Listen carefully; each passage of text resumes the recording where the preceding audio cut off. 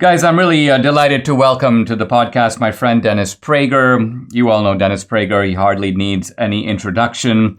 He's the famous and fantastic syndicated radio host. He's also the founder of Prager University, the author of a whole bunch of best-selling books on politics, religion, and happiness. We're going to talk about his new book, which is called The Rational Bible, Deuteronomy. By the way, also DennisPrager.com. That's the website. Dennis, welcome to the podcast. I'd like to start by asking you about the midterms. It seems that almost no one saw this coming. It's a rare case where the polls appear to have overstated Republican support. What do you think happened if the public is so intensely against what Biden is doing, low approval ratings, all this nonsense going on around the country? Why would the public turn around and take it out on the Republicans? By the way, just for the record, Dinesh, I just want to state I never once uttered or implied there would be a red wave. I find predictions to be almost foolish. I don't know why they're made. It doesn't help anybody. The world is an unpredictable place. But to answer you in a nutshell, when you own virtually all the means of communication in a society, you have almost unlimited power, and people just need to understand that. All they hear is insurrection, threat to democracy, women's rights will send them back to the 19th century. And if that's all you hear, and that is all they hear, see, we who are conservative know exactly what they say. They don't know at all what we say. And that's a huge distinction and a huge advantage that they have.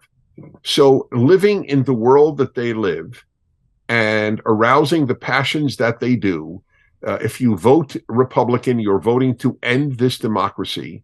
And if you deny that, you may be kicked off Facebook or Google or YouTube.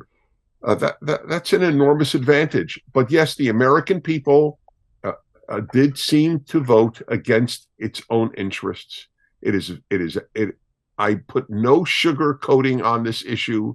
It is a disgrace that the party that is wrecking our country won in the Senate, and that there is such a tight difference in the House. So what can I tell you? I think a point that you're highlighting that's critical here is that because we're in the political world, we assume that everybody is getting a fire hose of political information, whereas the vast majority of people are living in a kind of fog where they pay intermittent attention to politics only in perhaps the days or at most weeks leading up to the midterms, and then their sources of information are heavily skewed to one side, and that alone is almost like a kind of contribution to the Democrats that is being made en masse by the national media.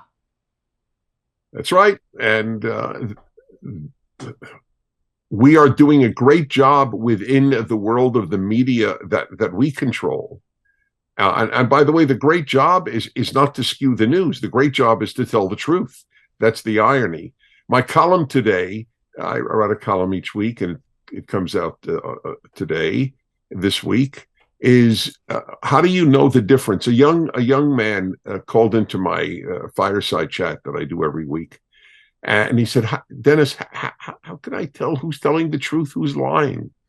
And I said, here is an almost foolproof answer. The side that censors is lying. What a brilliant observation. Why else would you need to censor if right. not to? Yeah, that's a great point. Dennis, let's pivot a little bit. Let's talk about the book, The Rational Bible, Deuteronomy. And here we have your book is just, it almost is a bottomless set of ideas and wisdom. And so we're only going to be able to sort of skim it and touch on it a little bit. Here you have this book of Deuteronomy, which is really a book of laws.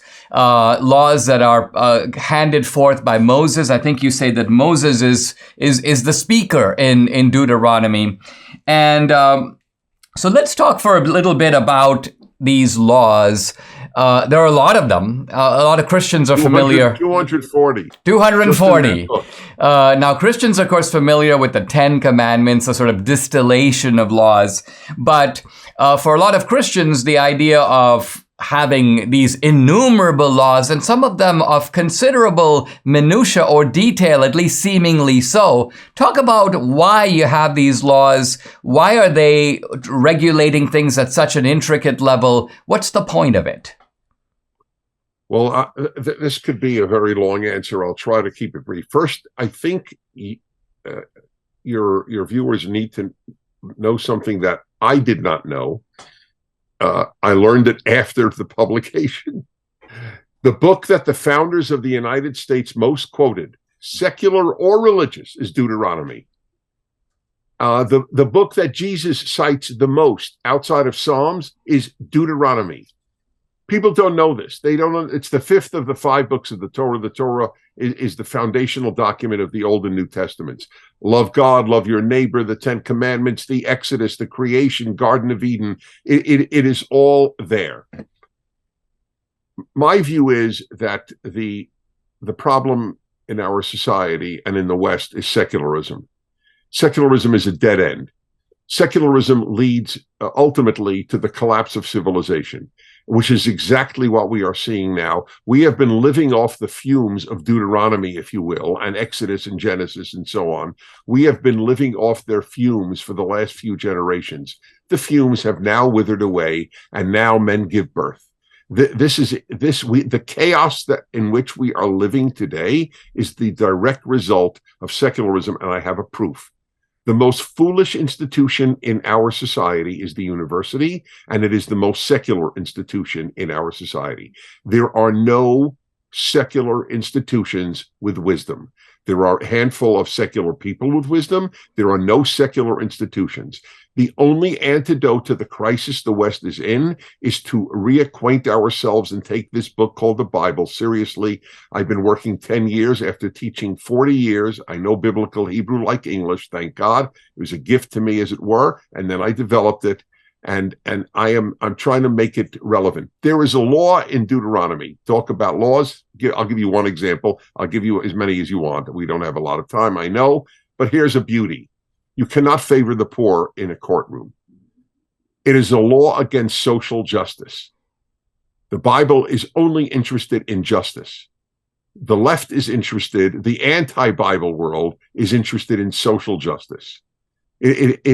Just that alone is worth, as it were, the price of the book. You can't favor the poor man in judgment is the antidote to social justice. Social justice means you do favor the poor guy, and justice says you do what is right.